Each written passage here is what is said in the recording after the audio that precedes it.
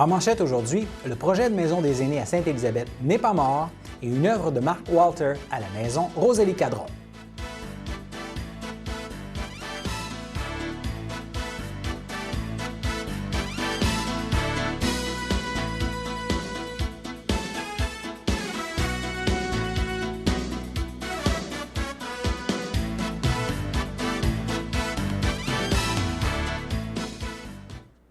Alors bonjour mesdames, messieurs, mon nom est François Robert et bienvenue à votre bulletin d'information régionale du vendredi 10 juillet. Alors tel qu'indiqué en manchette, le projet de maison des aînés à Sainte-Élisabeth n'est pas mort. C'est ce qu'a confirmé lors de notre échange d'hier le maire de Sainte-Élisabeth, Louis Bérard. Alors on se souviendra là, que le maire de Sainte-Élisabeth avait été fort déçu en voyant que la première version du projet de loi 61 déposée par le gouvernement de la CAQ faisait mention d'un CHSLD à l'ancienne, un CHSLD de type traditionnel pour Sainte-Élisabeth et non d'une maison des aînés.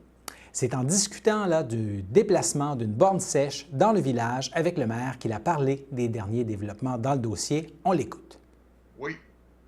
Présentement, si jamais le gouvernement est en étude pour la maison des aînés présentement, ça, la borne sèche, elle est située derrière le CHSLD actuel.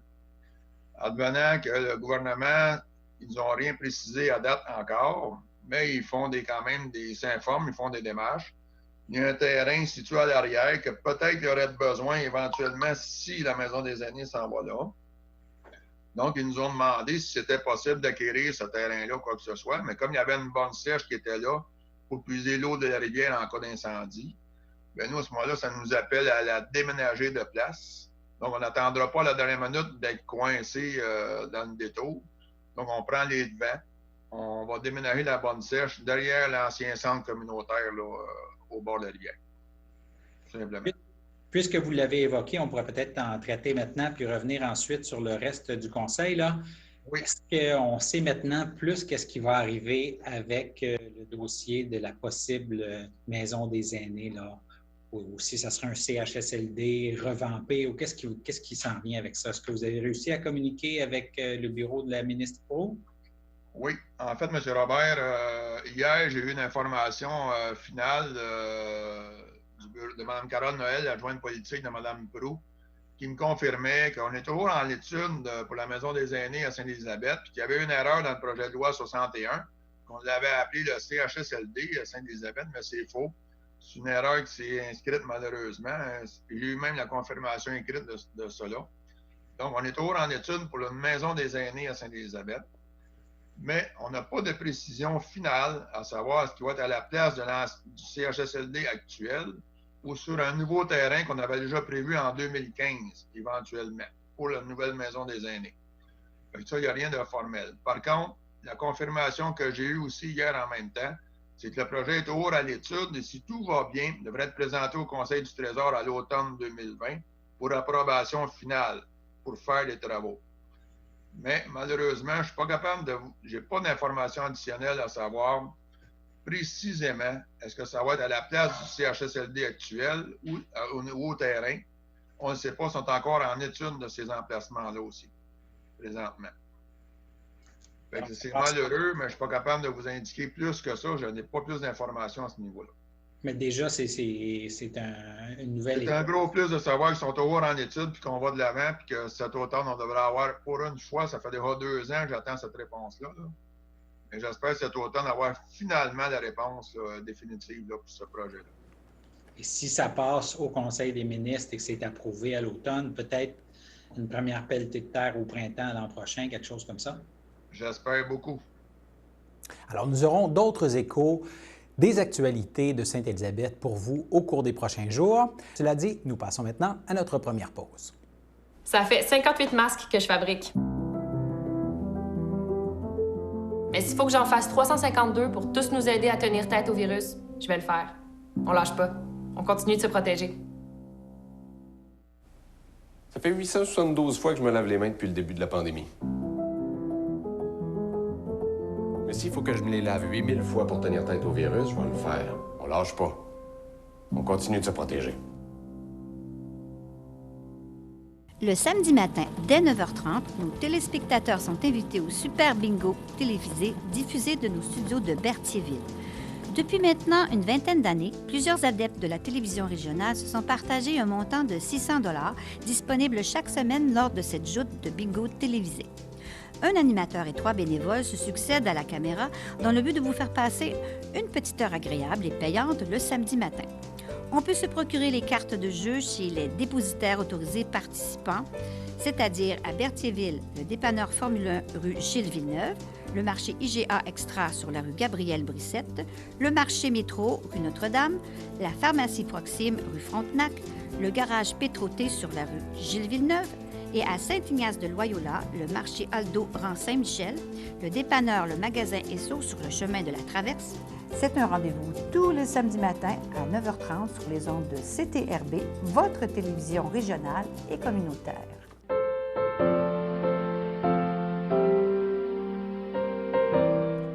Alors, au chapitre des anniversaires, pour ce vendredi 10 juillet, la FADOC de l'Île-du-Pas souhaite un joyeux anniversaire à Francine Coulombe, Lynne Bellumeur, Suzanne Champagne et Manon Lefebvre. Alors que l'Association des personnes handicapées du secteur Berthier souligne l'anniversaire aujourd'hui de Nadine Brodeur et Éric Brodeur, tandis que le Centre d'action bénévole souhaite une très belle fête à Lucette Joly et Claude Croisetière. En fin de semaine, samedi, le 11 juillet, aucun anniversaire ne nous a été signalé. Et dimanche, le 12 juillet, la FADOC de l'Île-du-Pas souhaite bonne fête à Monique Grégoire et Ginette Chevrette. Et l'Association des personnes handicapées du secteur Berthier souhaite un très joyeux anniversaire à Sylvain Giroux et Manon Caron. Alors, c'était les anniversaires du jour pour aujourd'hui et la fin de semaine qui vient. Cela dit, on vous en parlait en introduction, là, il y a une installation qui s'ajoute à la maison Rosalie Cadron de Lavaltrie. Une partie de notre équipe s'est rendue à la rencontre de l'artiste derrière l'œuvre, M. Marc Walter. J'ai vu que votre œuvre, elle s'appelait Rosalie, c'est ça? En fait, la maison, on se trouve ici aujourd'hui devant la maison Rosalie Cadron. Et l'intention, c'est de créer une œuvre qui va attirer l'attention justement sur la maison Rosalie Cadron. Et l'idée, c'était de créer une Rosalie monumentale qui serait là pour accueillir les visiteurs. OK. Dans le fond, c'est quoi qui vous a attiré à venir ici à la maison Rosalie Cadron à Lavaltrie pour faire votre sculpture? Moi, je réponds à tout appel de proposition et donc j'ai soumis ici à la MRC une proposition qui est passée devant le jury et j'ai eu la chance d'être sélectionné pour pouvoir proposer cette œuvre-là justement ici. Alors moi, ça me fait très plaisir de revenir dans la MRC puisque c'est la deuxième fois à la chapelle des Cuthberts. J'ai proposé une installation faite de plusieurs éléments et ici, ça va être une seule œuvre, plus imposante par la taille, mais qui est faite un petit peu plus rapidement puisque c'est seulement un élément.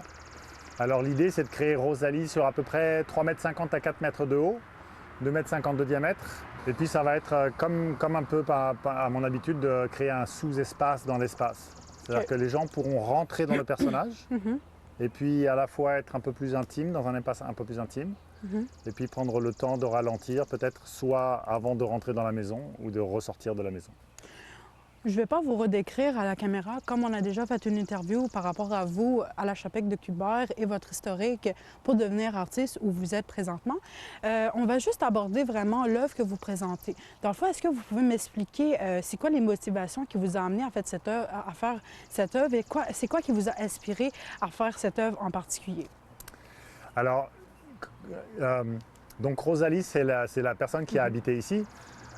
C'était une maman, mais qui est devenue ensuite une sœur et qui s'est occupée beaucoup des filles mères. Donc j'ai voulu créer une Rosalie qui était à la fois imposante pour être remarquée, mais aussi rassurante par son amplitude. C'est-à-dire qu'elle va être bien assise au sol, elle semble être bien ancrée dans la place, et puis elle va avoir un bras qui sort légèrement. Et l'idée, c'est de proposer ce bras aux visiteurs pour qu'ils puissent se mettre en dessous, comme elle a pu être rassurante pour les filles mères qui étaient en stress, qui étaient stressées par leur situation et qu'elle pouvait aider à passer à travers une mauvaise passe.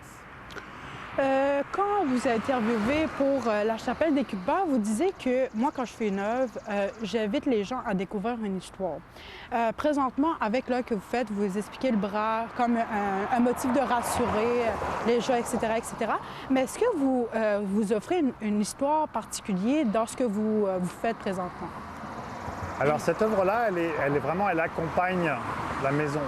C'est-à-dire que la maison en elle-même, c'est un site patrimonial. C'est une maison qui a été habitée, donc il y a une vie propre au personnage qui est habité là-dedans. Et quand moi je propose mon personnage, c'est juste une image, c'est un petit peu comme une vitrine, on va dire, de la maison. Il s'agit de proposer un personnage qui reflète un peu sa personnalité à elle. Donc encore une fois, calme, apaisante, accueillante. Et puis ensuite, les gens qui vont venir ici vont vivre leurs propres émotions à travers ça. J'espère qu'en fait, en ralentissant leur rythme et en découvrant l'œuvre, ça leur permet une entrée en matière, un petit peu comme un apéritif, on va dire, pour la découverte de la maison et de tous ces trésors. On va refaire une petite remise en situation. Vous, M. Walter, quand je vous ai interviewé pour la sculpture à la chapelle des Cubaires, vous disiez que vous, ce que vous trouvez intéressant quand vous faites une œuvre, c'est que quand les gens ils viennent, ils expriment différentes émotions et ils prennent le temps de se recentrer sur ce qu'ils voient, sur ce qu'ils touchent, sur ce qu'ils ressentent. Est-ce que c'est les mêmes motivations qui vous poussent à faire cette œuvre aujourd'hui? Ou ça a différencié? Oui, chaque site a ses particularités au plan topographique et puis au plan de l'histoire propre au lieu. Mais c'est toujours la même motivation qui me motive, c'est-à-dire, j'ai toujours la même motivation pour créer, c'est-à-dire c'est vraiment de faire en sorte que les gens vivent une émotion. Et c'est une mise en bouche, c'est une mise en contexte dans le cadre sur lequel l'œuvre s'inscrit. On va refaire mention des différents éléments que vous utilisez pour faire l'œuvre. Ouais. Cette fois-ci, vous avez utilisé, comme on peut voir à la caméra, des branches d'arbres et de la corde de quoi que vous utilisez? Oui. Alors ici, ce qui est particulier, c'est qu'en fait, il n'y avait pas de branches déjà précoupées. Donc je suis allé dans le boisé en arrière de la maison Rosalie Cadron pour choisir de jeunes arbres ou des branches. Et en l'occurrence, comme c'est un boisé privé, je pouvais faire ce que je voulais, enfin, dans le respect du lieu. Mais j'ai choisi de prendre des branches qui gênaient le passage sur les sentiers ou des jeunes arbres qui avaient été déjà abattus abattus ou qui ont été ramenés au sol par d'autres arbres plus lourds qui sont tombés. Et donc j'ai sélectionné des branches, je les ai feuillées sur place et je les ai ramenées ici.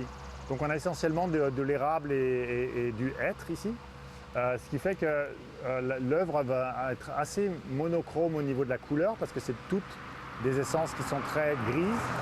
Alors j'essaye de porter un peu plus l'attention sur la forme pour révéler à la fois la robe, la collerette et le voile de Rosalie.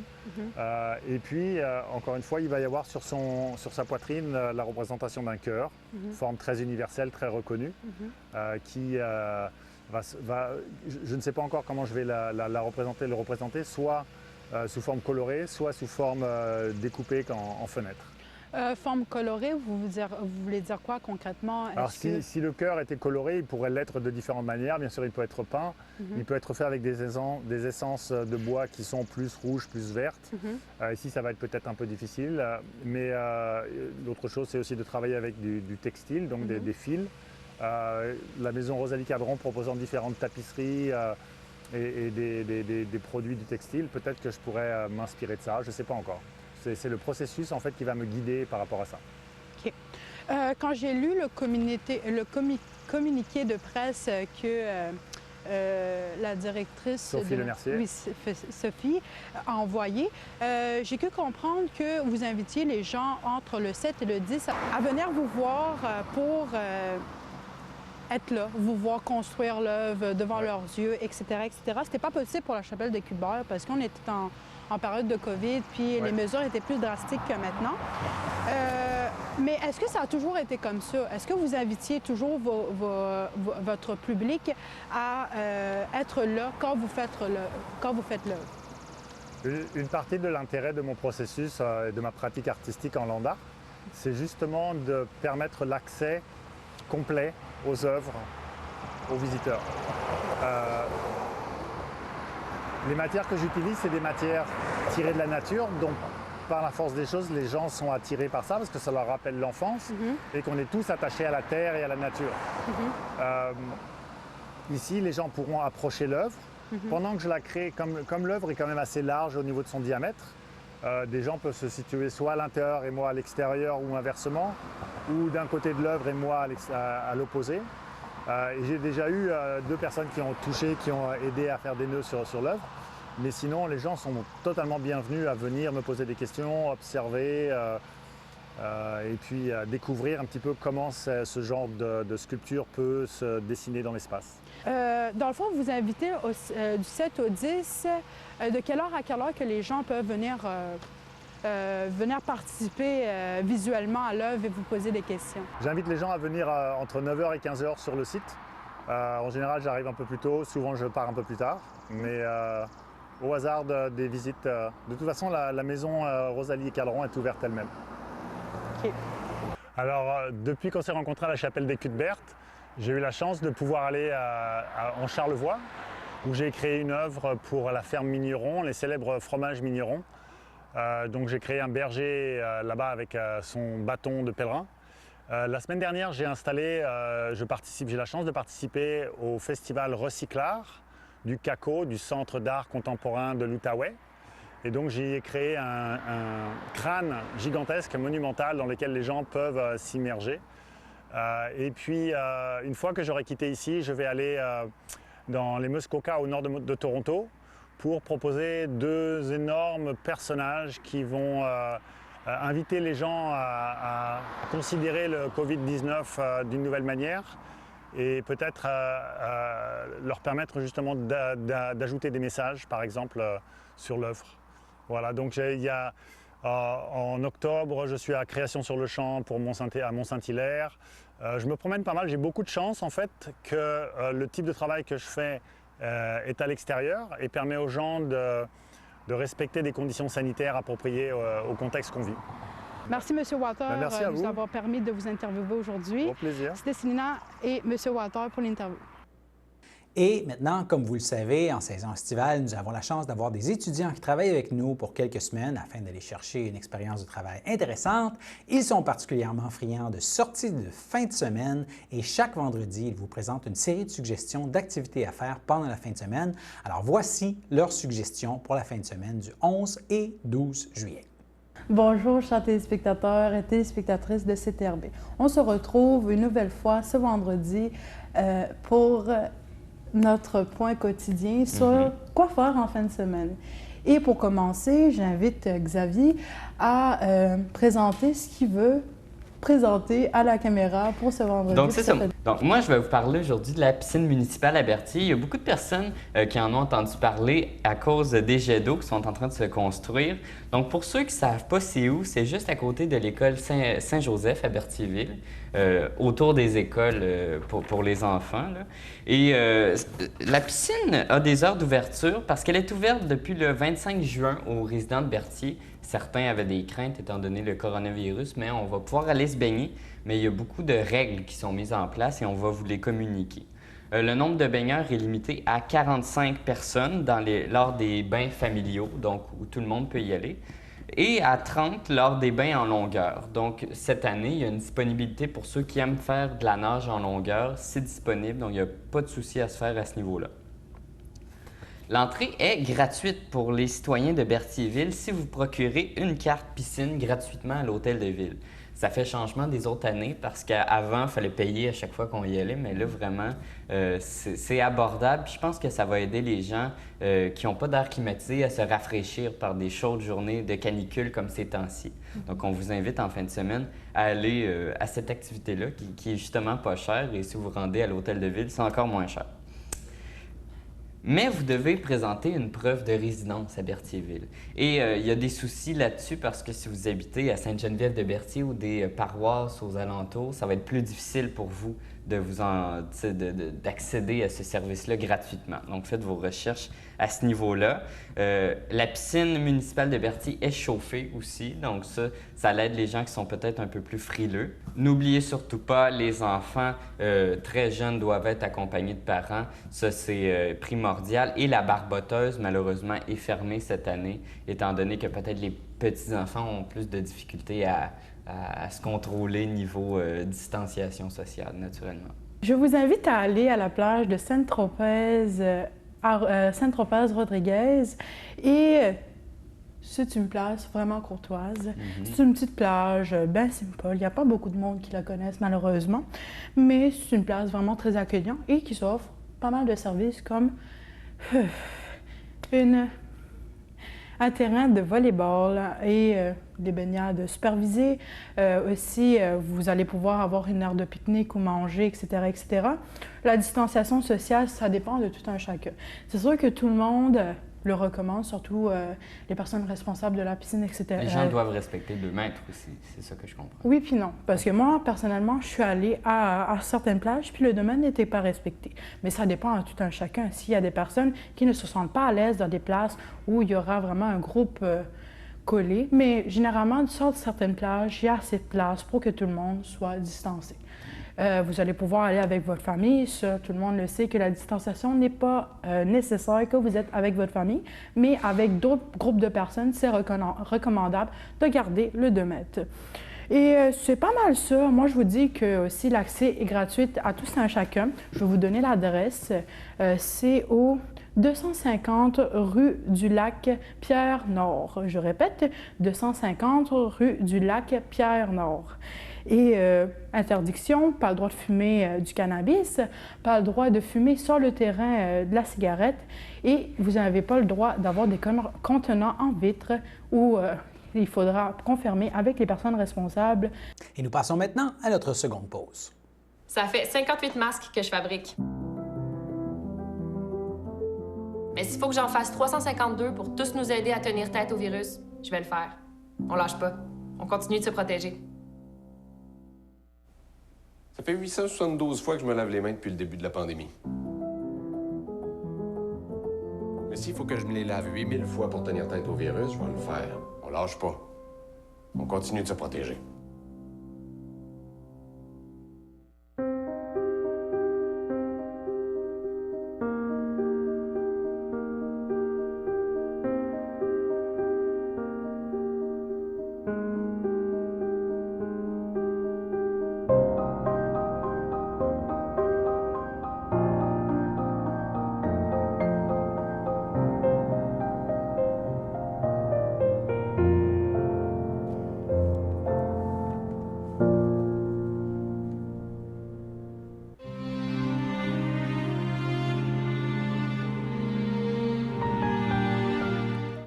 Le 7 juin, à l'âge de 90 ans, est décédé paisiblement à son domicile M. Gilles Bellumeur, époux de Janine Clermont, demeurant à Berthierville.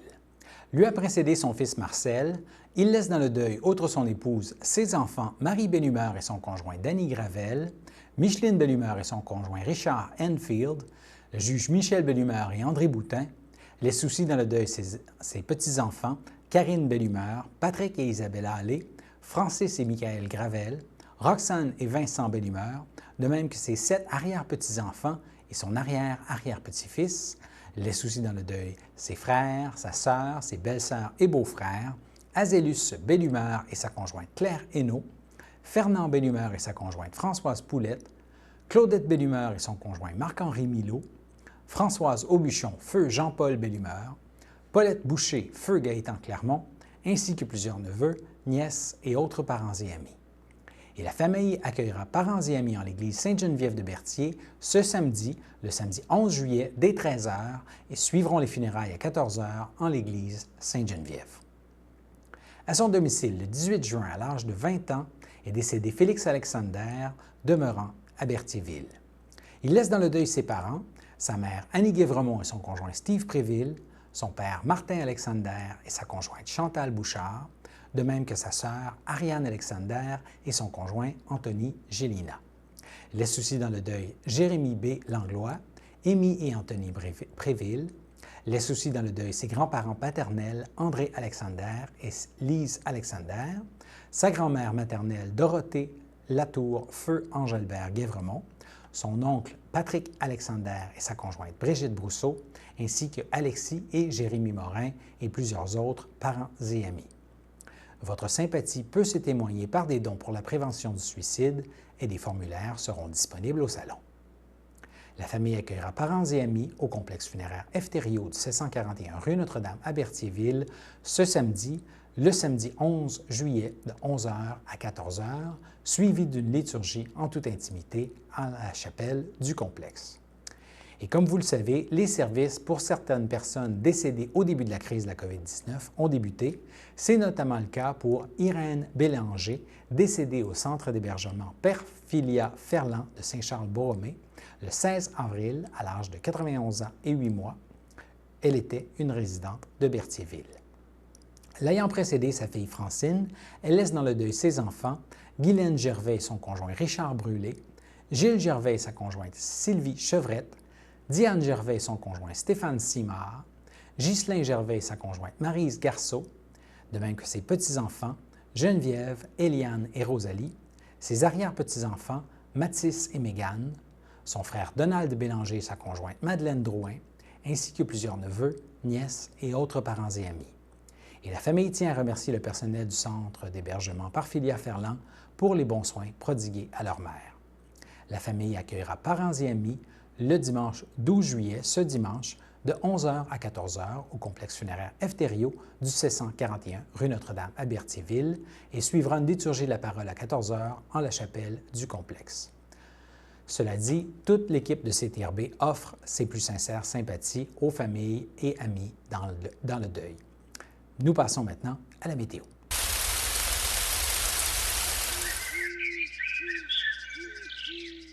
Bonjour, chers téléspectateurs de CTRB. Aujourd'hui, c'est moi qui vais vous faire la météo. Les deux jours précédents, c'était Xavier. Je m'en excuse et je suis prête pour reprendre mon poste. Pour le vendredi après-midi, ce sera généralement ensoleillé. Il fera 33 degrés avec un ressenti de 43. On sait tous que ces temps-ci, c'est la canicule et il y aura une continuité sur le courant de la semaine et la semaine prochaine, comme Météo Média nous l'a informé. Et aussi, il y aura une grosse vague de chaleur qui va s'abattre sur nous, que ce soit aujourd'hui ou dans le courant de la semaine. Pour la fin de semaine, ce sera un peu plus reposant, on va dire ça comme ça, surtout pour le samedi après-midi. Mais pour le samedi matin, on ressent une chaleur quand même omniprésente qui sera de 29 degrés avec un ressenti de 38. L'humidex est toujours présent. C'est pour ça que les facteurs climatiques sont aussi à la hausse ces temps-ci. Pour le vendredi soir, ce sera ensoleillé avec des passages nuageux. Prenez votre temps, relaxez-vous, prenez de l'eau, etc., parce que ces temps-ci, on peut voir que l'humidité, ça fait tourner la tête de beaucoup de personnes, puis ça donne des maladies aussi concernant la chaleur et tout. Vous allez pouvoir ressentir aussi des nausées de temps en temps à cause de la chaleur qui est omniprésente, comme je l'ai mentionné. Vendredi soir, 29-38. On va tous s'accorder pour dire que ça va faire du bien à notre terre, aux producteurs, etc. On espère qu'il y aura vraiment abondance de pluie, là, moi personnellement, parce que ça va faire ça va faire partir un peu la chaleur, puis on va être un peu mieux sur le courant de lendemain. Mais comme je vous ai dit, sur le courant du samedi, le samedi matin, il fera 23 degrés avec un ressenti de 29. Et ce sera généralement ensoleillé pour le samedi matin également. Vendredi après-midi, il y aura encore de la pluie probablement, mais il y aura quand même un risque d'orage assez violent. Il fera 29 degrés avec un ressenti de 39. 25-36 pour le samedi soir. Je voulais faire mention aussi que si on ne vous donne pas les prévisions pour le dimanche, c'est parce que Météo Média n'a pas encore, comme on dit en anglais, update les possibilités d'orage ou les avis qui sont mises pour le dimanche. Alors, on ne peut pas nécessairement vous donner les informations du dimanche, mais je vous invite, si vous voulez des informations, vous allez juste aller sur Météo Média pour le dimanche, puis vous allez avoir les informations concernant le dimanche. Alors voilà, c'était vos informations sur les ondes de CTRB. Excellente fin de semaine à tous et revenez-nous lundi.